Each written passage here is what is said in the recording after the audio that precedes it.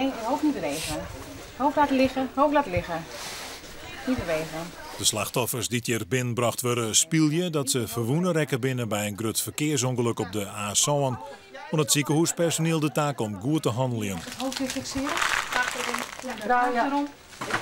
Het blijkt dat bij echte rampen, als dat onderzocht wordt en nagegaan wordt wat daar misgaat, het eigenlijk vooral zit op de identificatie van de slachtoffers. Van hebben we de patiënten wel goed in beeld, maar ook van komen ze wel allemaal op de goede plek terecht. Bijvoorbeeld gaat het mis omdat patiënten die eigenlijk licht gewond zijn heel veel aandacht krijgen. Terwijl mensen die zwaarder gewond zijn of verborgen gebreken hebben of verwondingen hebben, misschien te lang moeten wachten. Maar echt grote rampen had het personeel dat hier nou aan het werk is nog net te krijgen gaan. Wel komt het soms voor dat er in een grote tastreem is van patiënten. Bij gelijks verleden winter. Toen kwam er binnen enkele uren zo'n 70 mensen binnen, maar brut zijn bonken terug het reet rieden. We oefenen nu een bepaald scenario, maar er kan morgen iets totaal anders gebeuren. Maar het is wel belangrijk om te oefenen hoe je met elkaar samenwerkt en hoe je het organiseert en wie wat doet.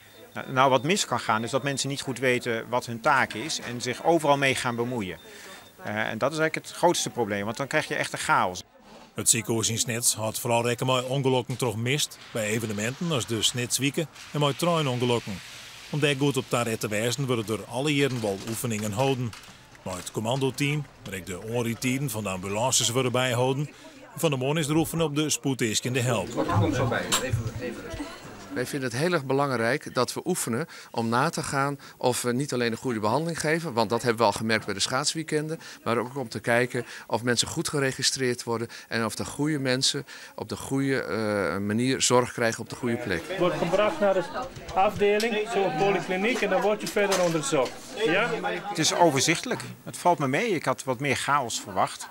Maar nee, we hebben het volgens mij goed onder controle, voor zover ik het kan overzien.